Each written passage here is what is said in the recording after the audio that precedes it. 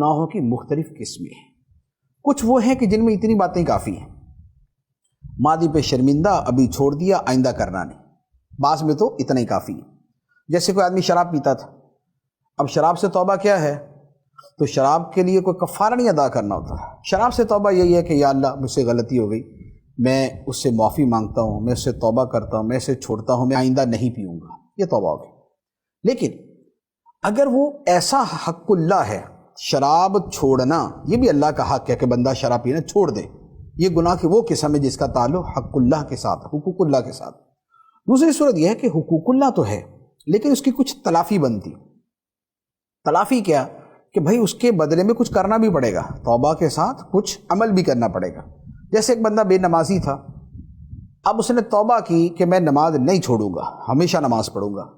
تو اتنا کہنے سے جو پچھلے زمانے کی نمازیں ہیں وہ ساری معاف نہیں ہو گئیں، بلکہ وہ جو نمازیں چھوڑی ہوئی ہیں فرض و واجب ان کو پڑھنا پڑے گا۔ زکوٰۃ نہیں دی تھی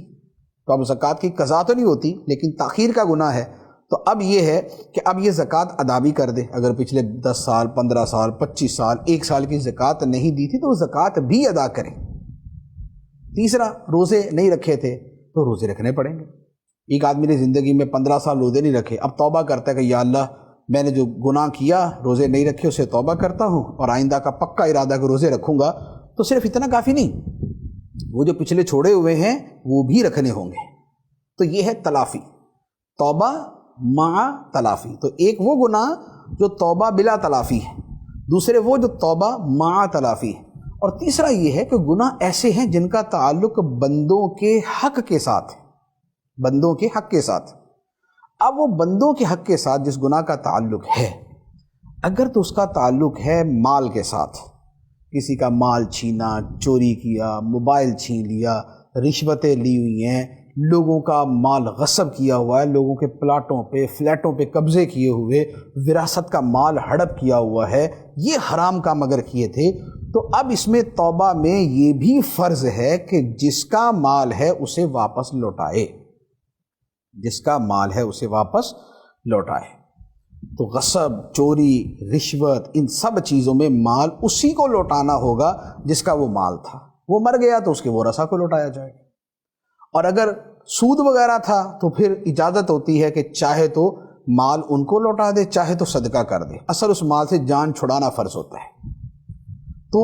یہ اگر حق العبد ہے، حقوق العباد ہیں تو ان کا تعلق اور مال کے ساتھ ہے، تو پھر آگے یہ صورت ہے۔ اور ایک یہ ہے کہ مال کے ساتھ تو تعلق نہیں ہے لیکن اس کا تعلق جو اخلاقیات کے ساتھ یا دل آزاری وغیرہ کے ساتھ ہے۔ کسی کو گالی دی تھی، اب گالی سے توبہ کی کہ یا اللہ میں نے جتنوں کو گالی دی سے میں توبہ کرتا، تو یہ تو نہیں ہے کہ سب کو پیسے دیتا بھی رہے، کوئی کفارہ تو شریعت نے فرض نہیں کیا اس کے اوپر۔ تو اب جس کا دل دکھایا، جس کو مارا یا جس کو برا بلا کہا، جس کو ذلیل کیا،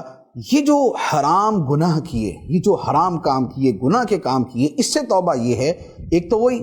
کہ ماضی پہ شرمندہ، ابھی چھوڑ دے، آئندہ نہیں کرے گا، اور اس کے ساتھ جن جن کا دل دکھایا ان سے معافی مانگے، اس سے معافی مانگے، خواہ وہ پڑوسی ہے یا وہ رشتہ دار ہے یا وہ دوست ہے یا وہ دشمن ہے، جس کا دل دکھایا تھا اس سے معافی مانگنا بھی لازم ہے، ورنہ یہ گناہ معاف نہیں ہوگا،